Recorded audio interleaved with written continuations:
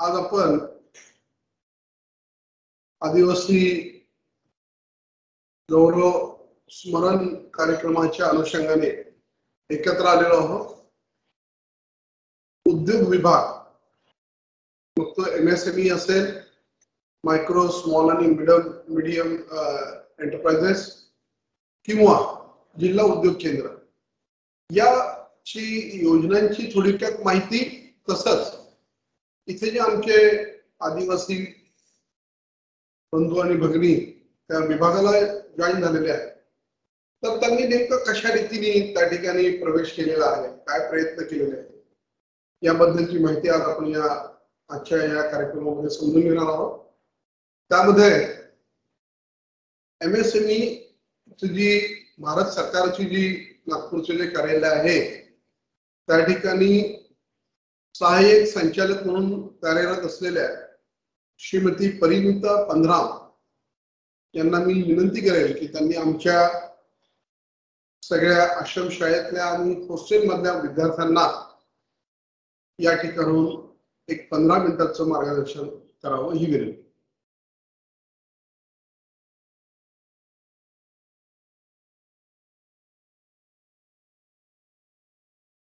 सहभागी केल्याबद्दल मी ATC नागपूरचे ADC रवींद्र ठाकरे सरांचे आभार मानते. तसेच कोळमते सरांचे पण आभार मानते की त्यांनी मला या कार्यक्रमासाठी इन्व्हाइट केलं आणि ते मला बोलायची अपॉर्च्युनिटी दिली. तसं माझं नाव परिणिता नागेश्वर पंधरा. माझं शिक्षण मी सध्या असिस्टंट डायरेक्टर म्हणून MSME ला कार्यरत आहे. मी IEDS Indian enterprise development services या हे म्हणजे मला टायटल्ड आहे मी याच्यासाठी, या सेवेसाठी. माझे वडील जेव्हा मी या डेझिग्नेशन वर मी UPSC या परीक्षेच्या थ्रू आली. माझं शिक्षण केमिकल इंजिनिअरिंग मधनं BTech झालं आणि त्यानंतर मी MTech केलं.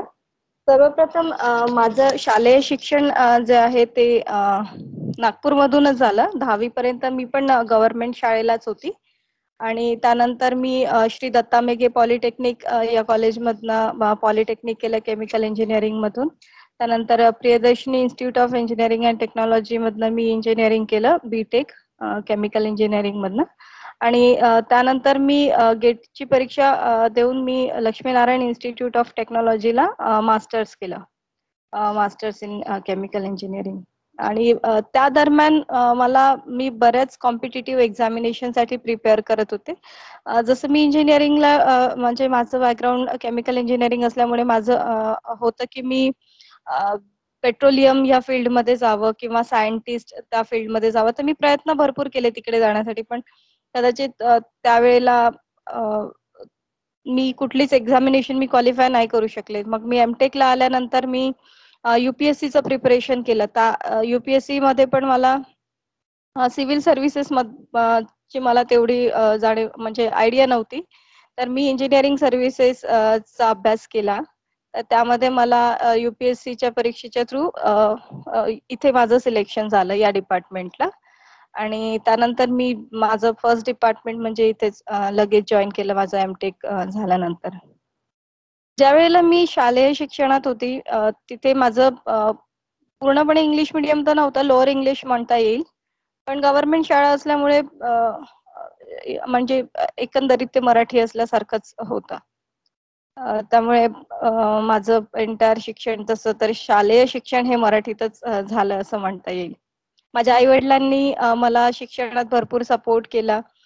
माझी परिस्थिती पण म्हणजे वेल टू डू म्हणता येईल, पण तरी आई वडिलांची भरपूर एक म्हणजे त्यांनी खूप स्ट्रगल्स केले. कारण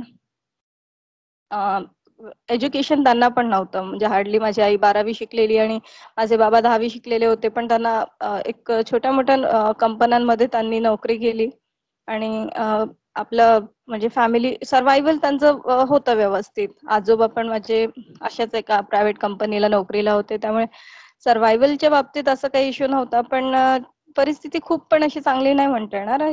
एक middle class lower middle class फॅमिलीतनं आम्ही होतो त्यावेळेला. आणि तसेच माझ्या आईने खूप स्ट्रगल्स केले आम्हाला शिकवण्यासाठी. म्हणजे माझे 4 बहीण-भाऊ आम्ही आहोत.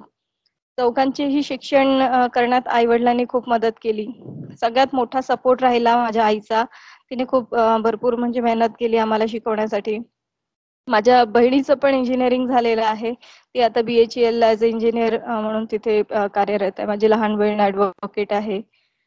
ती पण प्रॅक्टिस करते हायकोर्टाला.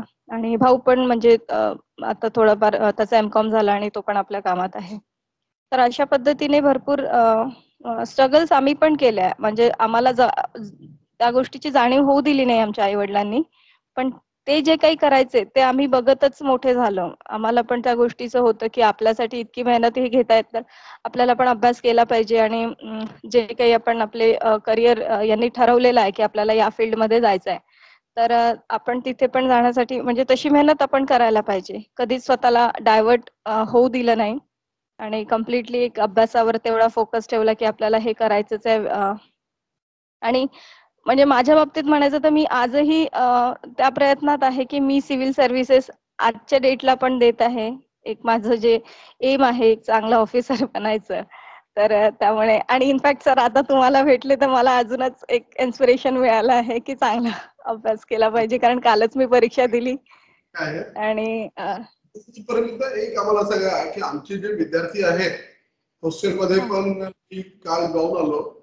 काल हं, हं. UPSC मी ऑब्झर्व होतो परीक्षेकरता आणि हो. त्यामुळे मधल्या 2 पेपरच्या गॅप मध्ये मी जाऊन आलो आणि पेपर हं, हं. संपल्यानंतर हॉस्टेल्स मधल्या मुलांनाही मी भेटलो. मला असं वाटतंय की हॉस्टेल मधल्या मुलांना सुद्धा एक मार्गदर्शनाची नितांत गरज आहे. तुम्हाला हं, हं. काय चांगलं असं वाटतं विद्यार्थ्यांना? कारण सुदैवाने तुमचं सगळं शिक्षण नागपुरात होतं. परंतु हो. इथली जी हॉस्टेलला जी मुलं आहेत ती सगळी ग्रामीण भागात आहेत. ग्रामीण भागातले. येस. त्यांच्या जसं आपल्याकडे 10वी-12वी आई वडील शिकलेले आहेत, परंतु त्यांच्याकडे हं. तसं सुद्धा बराच अभाव आहे शिक्षणाचा. हं, हं. त्यामुळे तुम्हाला काय सुचवावंसं वाटतं त्या मुलांना जे आहे मुलं करू शकतील किंवा नाही आणि तुम्हाला काय वाटतं म्हणजे त्यांनी नेमकं काय केलं पाहिजे विद्यार्थ्यांनी? तर मला म्हणजे जसं आपल्याला मी बघते की फॅसिलिटीज अवेलेबल आहेत. भरपूर गव्हर्नमेंटने दिलेल्या फॅसिलिटीज भरपूर आहे. कोचिंग अवेलेबल आहे. फक्त आहे की मार्गदर्शन त्यांना प्रॉपर मिळत नाही. म्हणजे इन्फॉर्मेशन त्यांच्यापर्यंत पोहोचत नाही म्हणून या गोष्टी माहीत होत नाही. जसं मी पण ज्यावेळेला शिक्षणात होते, तेव्हा मला सिव्हिल सर्व्हिसेस बद्दल माहिती नव्हती. इंजिनिअरिंग सर्व्हिसेस बद्दल माहिती होती त्यामुळे मी त्याच्यासाठी प्रयत्न केले. कॉलेजमध्ये असताना जर ह्या गोष्टीची इन्फॉर्मेशन असते, की सिव्हिल सर्व्हिसेस पण म्हणजे असतं, तर कदाचित मी तेव्हा ह्याच्या प्रिपरेशनला लागली असती. ह्याचं इन्स्पिरेशन ज्यावेळेला मला मिळालं तेव्हा मी या जॉबमध्ये आले. मी माझ्या इथल्या कमिशनर्सला बघितलं, त्यांचं प्रोफाईल बघितलं, त्यावेळेला मला ते वाटलं, की आपण पण हे करू शकतो. तेव्हा मी प्रिपरेशन स्टार्ट केला. आणि एकदा म्हणजे ऑफिसमधून मला तेवढा वेळ मिळत नाही अभ्यासाला. पण तरी मी केलं तर एकचदा म्हणजे 3-4 अटेम्प्ट्समधनं मी प्रिलिम्स क्वालिफाय करू शकले. पण मेन्स नाही झालं. तर तसं जर आतापासून या विद्यार्थ्यांना एक मिळालं इन्स्पिरेशन आणि एक म्हणजे मोटिव्हेशन आणि त्याबद्दलचं मार्गदर्शन, की अशा टाईपच्या एक्झाम्स असतात. त्याला या डेझिग्नेशनला आपल्याला जाता येतं. तर ते खूप त्यांच्यासाठी म्हणजे ईझी होईल. कारण कोचिंग ही अवेलेबल आहे. इव्हन स्कॉलरशिप आणि सगळ्याच गोष्टी अवेलेबल आहे. दिल्लीला पण ट्रायबल्ससाठी फ्री कोचिंग अवेलेबल आहे. पण तिथपर्यंत जायचं कसं? त्याचे एक्झाम्स कशा होतात? त्याची जी एंट्रन्स एक्झाम असते ती कशी द्यायची? ह्या सगळ्या गोष्टींची इन्फॉर्मेशन मुलांपर्यंत पोहोचत नाही. तर जे हॉस्टेल्स आहे, हॉस्टेलला एखादा रिप्रेझेंटेटिव्ह त्यांच्याकडे जसं सोयी उपलब्ध होतात, त्याच पद्धतीने या प्रकारच्या इन्फॉर्मेशन जर उपलब्ध झाल्या, तर कदाचित ते करू शकतात. आणि सगळ्यात महत्त्वाचं आहे, की हार्ड वर्किंग म्हणजे आपल्याला अभ्यास तर तेवढा करावाच लागतो.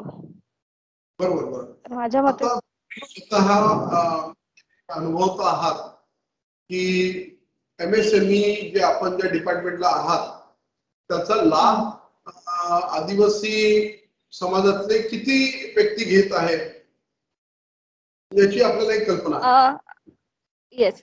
आणि सर म्हणून जसं या डिपार्ट आपले जे विद्यार्थी आहेत, काही लोकांना गव्हर्नमेंट सर्व्हिस करायची नसेल, एंटरप्रेन्योर बनायचं असेल, स्टार्टअप चालू करायचं, तर तुम्हाला आजची परिस्थिती आदिवासी समाजातले व्यक्ती किती पुढे येत आहेत एमएसएमईचा लाभ घ्यायला, आणि तुम्हाला त्यांना काय सजेस्ट करावंसं वाटतं? सर मला असं वाटतं की म्हणजे त्यांच्यामध्ये जे अवेअरनेस असायला पाहिजे ते अवेअरनेस नाहीये.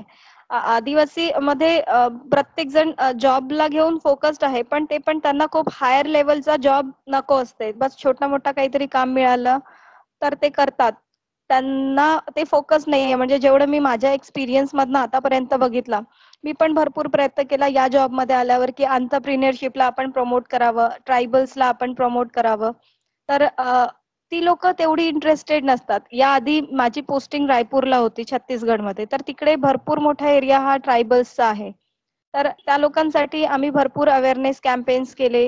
त्यांना ज्या स्कीम्स आहे एमएसएमईच्या एंटरप्रेन्योरशिपसाठी, त्यामध्ये त्यांना बिझनेस लावून देणे. मग जे वेल ट्रेन्ड लोक असतात, ज्यांना भरपूर काही स्वतःच्या वस्तू बनवता येतात हँडीक्राफ्ट रिलेटेड, त्या लोकांना पण स्वतःचा उद्योग कसा सेटअप करायचा याचं मी स्वतः हँड होल्डिंग सपोर्ट दिलेला आहे. पण ती लोक म्हणजे एका स्टेजला जाऊन त्यांच्याकडे तसं फॅसिलिटीज म्हणजे त्यांच्याकडे तेवढी हे नसते, पैसा नसतो. मग लँड आणि याचा इश्यू असतो, त्यामुळे ते पुढे जाऊ शकत नाही. तर ते तेवढी हिंमत पण करत नाही जाण्या म्हणजे पुढे काही करायचं. तर नाही, एमएसएमई कडे स्कीम्स तशा आहेत. पण जो एमबीएस जो आहे, तो एमबीएस जर बघितला तर जर व्यवस्थित जर मार्गदर्शन मिळालं, बाकीच्या जर गोष्टी झाल्या, तर हा, एंटरप्रेन्योर आपल्यामधून निर्माण होऊ शकतील की नाही? अगदी होऊ शकतात सर. कारण मी जेवढं बघितलंय स्किल्सची कमी नाही आहे ट्रायबल्स मध्ये. त्यांच्याकडे हँडीक्राफ्ट रिलेटेड भरपूर नॉलेज आहे. त्या स्वतःच्या जे काही म्हणजे लँग्वेजेस आहे, पेंटिंग्स आहे, आर्ट अँड क्राफ्ट, या गोष्टींना पण ते घेऊन बिझनेस मध्ये जाऊ शकतात. त्यात मग मेडिसिन्स आहे, आयुर्वेदिक मेडिसिन्स आहे, या फील्डला करून पण ते करू शकतात. एंटरप्रेन्योर ते बनू शकतात. आपल्याकडे स्कीम्स पण आहे, स्किल डेव्हलपमेंट पण आपण म्हणजे एमएसएमई स्किल डेव्हलपमेंट पण देत असते, आणि क्लस्टरच्या स्कीम्स आहे. जसं त्यानंतर ट्रेनिंग देण्याच्या पण स्कीम्स आहे, एनजीओजला सेटअप करण्याच्या स्कीम्स आहे. जर कोणाला एनजीओ सेटअप करून त्या लोकांना ट्रेन करायचं असेल तर ती पण स्कीम आपल्याकडे आहे. बिझनेस इन्क्युबेशन म्हणून एक स्कीम आहे, लाईव्हहुड बिझनेस इन्क्युबेशन. या स्कीम मध्ये पण भरपूर बेनिफिट घेता येतं. तर महत्वाचं ते आहे की एक त्यांच्यापर्यंत ते मोटिवेशन, आपल्याला त्यांना मोटिवेट करावं लागेल की तुम्ही एंटरप्रेन्योर बनवू शकता. आणि ट्रायबल्स मध्ये मी बघितलं की ते करू शकतात. फक्त जर फॅसिलिटीज आणि ते सगळं त्यांना अवेलेबल करून दिलं तर नक्कीच ते पुढे जाऊ शकतात. तसं इथे परंतु असं पण आहे, गडचिरोली. नाही, येस सर. बरेचसे जे ज्यांच्याकडे स्किल्स आहेत त्यांच्याकडे, ज्याला आपण फॉर्मल एज्युकेशन म्हणतो, ते नसते. हो. तर म्हणजे ज्याला 10वी पास पाहिजे, 12वी पास पाहिजे, किंवा कुठलीतरी ग्रॅज्युएशनची डिग्री पाहिजे, असं नसेल, परंतु ते स्किल्स त्यांच्याकडे आहेत. तर अशा परिस्थितीमध्ये आपण त्यांना आपल्या एमएसएमईचं बेनिफिट देऊ शकतो किंवा नाही देऊ शकत? नाही, देऊ शकतो सर. कारण एमएसएमईचा क्रायटेरिया हा फक्त 8th स्टँडर्ड पास एवढाच आहे. 8th स्टँडर्ड असेल तर ते इवन फायनान्स साठी पण एलिजिबल असतात. त्यांना 18 वर्षाच्या वर असेल तर त्यांना PMEGP, prime minister employment generation programme म्हणून आमची एक स्कीम आहे. त्यामध्ये त्यांना विदाऊट कोलॅटरल 10 लाख 25 लाखापर्यंत फायनान्स होतं. त्यामध्ये ते स्वतःचा व्यवसाय सुरू करू शकतात. आणि या स्कीम मध्ये सबसिडी पण असते. रुरल एरियामध्ये असेल आणि एसटी कॅटेगरीला असेल तर 35% सबसिडी मिळते. तर यामध्ये आणि बिझनेस लोन झाल्यानंतर त्यांना 6 महिन्याचा एक मोरॅटोरियम पिरियड पण मिळतो, ज्यामध्ये ते त्यांचं सेटअप करून मार्केटिंग सुरू करतील. मार्केटिंग करण्यासाठी पण आम्ही एक्झिबिशन्सला प्रमोट करतो. एक्झिबिशन्स मध्ये त्यांना रिएम्बर्समेंट देतो. इंटरनॅशनल लेवलला पण त्यांना रिएम्बर्समेंट, फ्लाईट, एअरफेअर वगैरे सगळं देत असतो. तर त्यामुळे या स्कीम्सच्या थ्रू आपल्याला एंटरप्रेन्योर जर असले तर करता येईल, त्यांना प्रमोट पण करता येईल आणि ते बनवू पण शकतात. आणि क्लस्टर पण आहे. आपण छत्तीसगडमध्ये रायपूर साईडला अवेअरनेस कॅम्पेन घेतला, तसं आपल्याला इथे पण घ्यायची इच्छा आहे. तर तुमचं सहकार्य लागेल आम्हाला? तर नक्की, मी तर कधी पण तयार आहे. इथे पण आपल्याला एंटरप्रेन्योरशिप डेव्हलपमेंट प्रोग्राम घेता येईल. इंडस्ट्रियल मोटिवेशन कॅम्पेन्स पण घेता येईल. कारण छान. कसं आम्हाला येस सर, ऍस्पिरेशनल डिस्ट्रिक्ट साठी काम करायचंच होतं. तर गडचिरोली हा एरिया ऍस्पिरेशनल डिस्ट्रिक्ट मध्ये येतोच आणि तिकडे डेव्हलपमेंटसाठी आम्हाला स्पेशल टार्गेट्स पण असतात. तर आणि तो एरिया कम्प्लिटली ट्रायबल एरिया आहे. त्यामुळे आपल्याला नक्कीच तिथे प्रमोशनल ऍक्टिव्हिटीज करता येईल आणि त्या लोकांसाठी भरपूर काही करता येईल या स्कीम्सद्वारे. जी लाईव्हलीहूड बिझनेस इन्क्युबेशन ही जी स्कीम आहे ही सगळ्यात म्हणजे चांगली स्कीम आहे, ज्यामध्ये लोकांना भरपूर बेनिफिट होऊ शकते. ते स्किल ट्रेनिंग पण त्यांना मिळेल आणि सोबत PMEGPचं फायनान्स घेऊन ते आपला स्वतःचा व्यवसाय पण सुरू करू शकतील.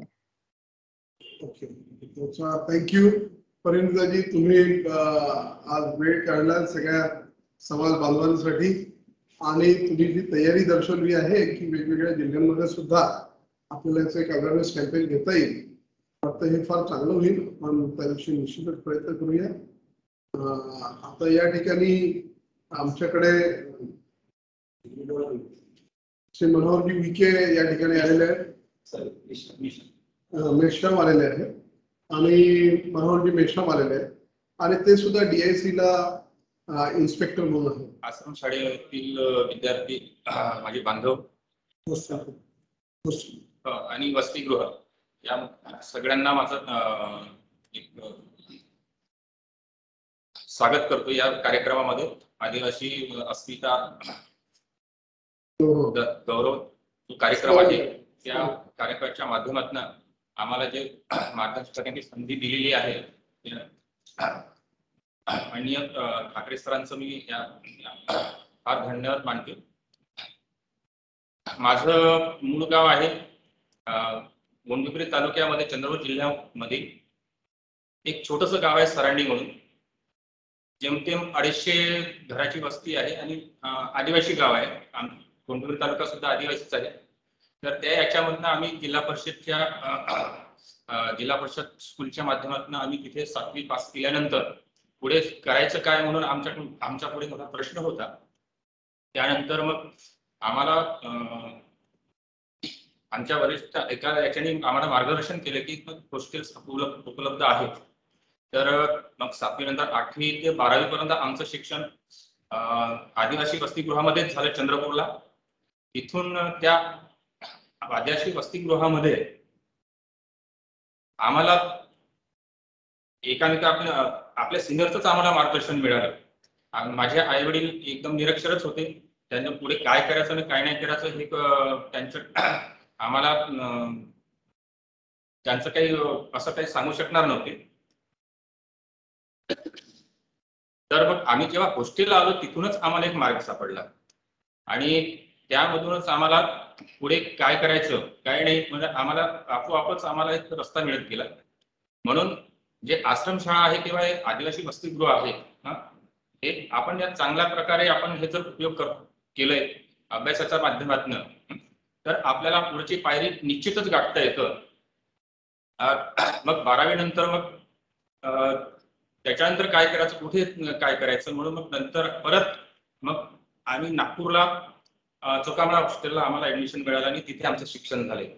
शिक्षण झाल्यानंतर मग कॉम्पिटेटिव्ह एक्झाम कशी करायची तिथून आम्हाला मार्गदर्शन मिळालं. त्याच्यानंतर आम्ही माझे भाऊ पण होते सोबत. भाऊ आम्ही एकत्र शिक्षण घेतलं. भाऊ आदिवासी हॉस्टेल बळावाई बिल्डिंगला होती तिथे शिक्षण घेतले आणि मी चोकामळ्याला होतो. आमचे ग्रुप डिस्कशन मध्ये आमचे बरेचसे आयडिया क्लिअर व्हायच्या. आमचे सिनियर आणि आमचा ग्रुप सर्कल जो होता त्याच्या आम्हाला आपोआपच मार्गदर्शन लाभत गेलं. म्हणजे आम्हाला आई वडिलांचं जे मार्गदर्शन आहे त्याची कमी पडली नाही आम्हाला. आणि अशा रीतीनं मग कॉम्पिटेटिव्ह एक्झाम देत गेले. त्याच वेळेस मग एक महाराष्ट्र जीवन सेवा मंडळ एक्झाम निघाली होती. त्यावेळेस शेवटची ती एक्झाम होती. त्या एक्झाम मध्ये आपण क्वालिफाय झाले, इंटरव्ह्यू पण झाले आणि मला पहिली पोस्टिंग जी मिळाली ती इंटेरियरमध्ये आदिवासी एरियामध्येच मिळाली, गडचिरोली जिल्ह्यामध्ये धानोरा तालुक्यामध्ये. तर मला थोडंसं अल्पसा इथल्या सराउंडिंग बद्दल माहिती होतं परंतु कधी गेलेलं नव्हतं. मग जेव्हा मी फर्स्ट जॉईनिंग झाले तर ते मी कुठे आलो असं मला वाटायला लागलं. तरी पण माझे जे ऑफिसर्स होते की तुम्हाला, मी आदिवासी आहात म्हणाले की तुम्हाला त्या आदिवासी क्षेत्रासाठी करण्याची एक संधी चालून आली आहे असं जे म्हणाले, तर त्याच्यामुळे मी इन्स्पायर झालोय आणि जे काम मिळालं आम्हाला आपण आपल्या आत्मीयतेनं मी तिथे काम केलं आणि त्याचं फळ सुद्धा मिळालं. तर जे गडचिरोली जिल्ह्यामधले जे आदिवासी बांधव आहेत त्यांच्यासाठी आम्ही प्रत्येक टोल्यावर जाऊन मार्गदर्शन केलं. बचत गटांचे काम होते, महिलांना आम्ही गोळा केले आणि इथे मार्गदर्शन केले की ज्यांना काही माहिती नव्हतं.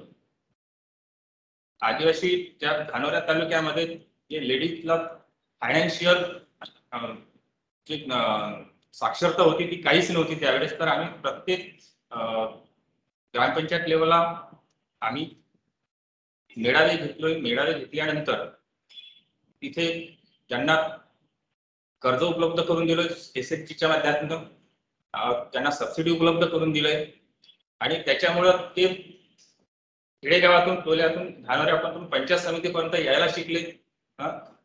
त्यांना आचार विचारांची देवाणघेवाण समजायला लागली आणि अशा रीतीने ते आपण आदिवासी याच्यामध्ये कामं केली. आणि आम्ही जेव्हा तेव्हा असे दौरे करायचो त्याच्यामध्ये दुसरा एक पार्ट होताच आम्हाला की जे एंटी सोशल मुवमेंट होतेच त्यावेळी. त्या याच्यावर सुद्धा आम्ही रात्री 10 वाजेपर्यंत बँक मॅनेजर सुद्धा आम्ही फिरत होतो आणि त्या बँक मॅनेजर सोबत आम्ही मीटिंग घेऊन आणि त्यांना फायनान्स उपलब्ध करून देत होतो. तर अशा रीतीने मी तिथे 7 वर्ष काम केलं. त्याच्यानंतर मग आम्ही डिपार्टमेंटला आलो आणि डिपार्टमेंटला आल्यानंतर मग इथे सुद्धा आम्हाला एक एंटरप्रेन्युअरसाठी काहीतरी करायची संधी मिळाली आणि त्या संधीच्या माध्यमातून आम्ही जे आपले आदिवासी बांधव आहेत किंवा कुठले दुसऱ्या कम्युनिटी आहेत त्या सर्वांसाठी आम्ही एकत्रितपणे काम करत आहोत. आम्हाला आदिवासी बांधवांना एवढंच सांगायचं आहे की आता जे एंटरप्रेन्युअर आपल्यामध्ये फार कमी आहे. तर ते एंटरप्रेन्युअर होण्यासाठी आपल्याला स्किल फार आवश्यक आहे. एकदम आपण कुठल्याही कॅपिटल इन्व्हेस्टमेंट मोठी करू शकत नाही. त्याच्यामुळे गव्हर्नमेंटच्या काही एक छोट्या स्कीम्स आहेत. त्याच्यापैकी आमच्या डिपार्टमेंट राबवणारी एक DIC लोन स्कीम आहे. बँकेमार्फत राबवण्यात येणारी एक मुद्रा लोन आहे. त्या मुद्रा लोन DIC लोन स्कीम ह्या कशा आहेत की छोट्या 50,000 1 लाख अशा घेऊन आपण काहीतरी स्वतः एक स्किल डेव्हलपमेंट करावं, छोटस आपण उद्योग उभारावा. त्याच्या माध्यमातून आपल्याला काय होतं, आपल्याला बरंचसं एक स्किल डेव्हलप होतं आणि त्या स्किल डेव्हलप झाल्यानंतर मग आपण एक मोठं एक उद्योग उभारू शकतो किंवा एक मोठं एंटरप्रेन्युअर एक बनू शकतो. आपल्याला ते 1 लाख किंवा 2 लाख तेवढं रिस्क नसतं. त्या रिस्क त्याच्यामुळे काय होतं की आपल्याला मार्केटिंग कुठे करायचं, ग्राहक कसे आपण हे करायचे, आपण ग्राहकापर्यंत कसं पोहोचायचं, ग्राहकांशी कसं टॅकल करायचं. तर याच्यासाठी हे छोटे मोठे लोन फार आपल्याला मदत करत असतात आणि हे जर आपण शिकलो आणि हे स्किल डेव्हलप झालं आपल्यामध्ये तर आपण एक मोठा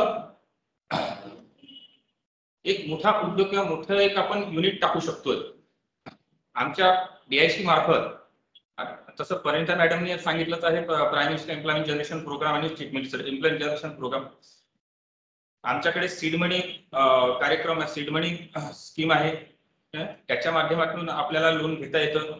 आपल्याला एक टार्गेटेड आपल्याला हे असतं, पण आम्हाला तसे एंटरप्रेन्युअर मिळत नाही की जे आपल्याला खरंच ते चांगला उद्योग करू शकतात. तर आम्हाला प्रत्येक तालुक्यामध्ये जाऊन आपल्याला शोधावं लागतं.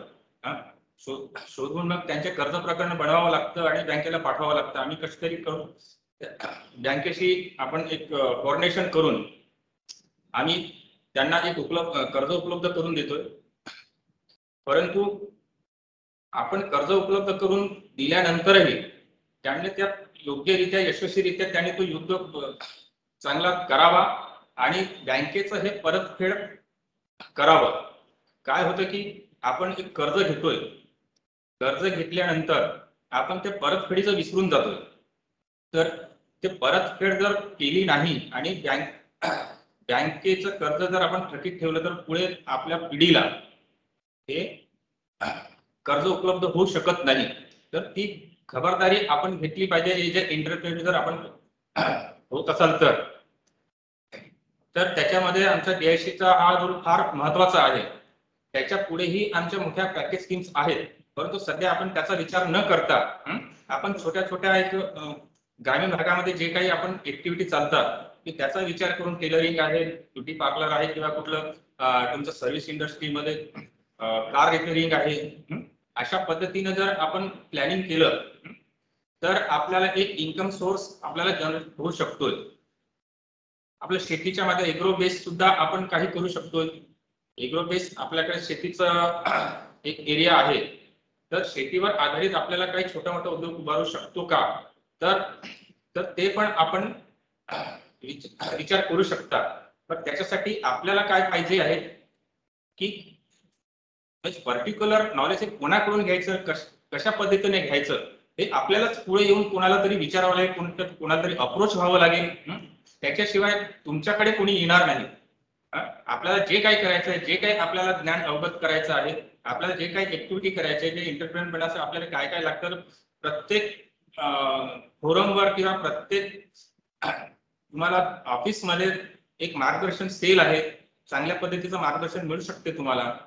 तर आफ्टर एज्युकेशन जर आपल्याला कुठलं एंटरप्रेन्योर जर करायचं असेल तर आपलं DIC आहे, NCD आहे, याच्या माध्यमातून तुम्हाला ट्रेनिंग पण उपलब्ध होऊ शकते फ्री ऑफ कास्ट मध्ये.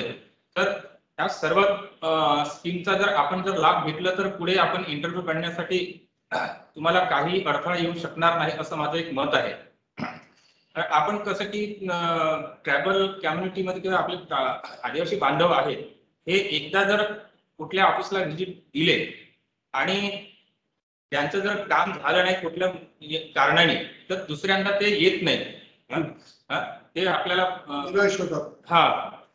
निराश होतात. तर असं निराश किंवा हताश होऊ नये.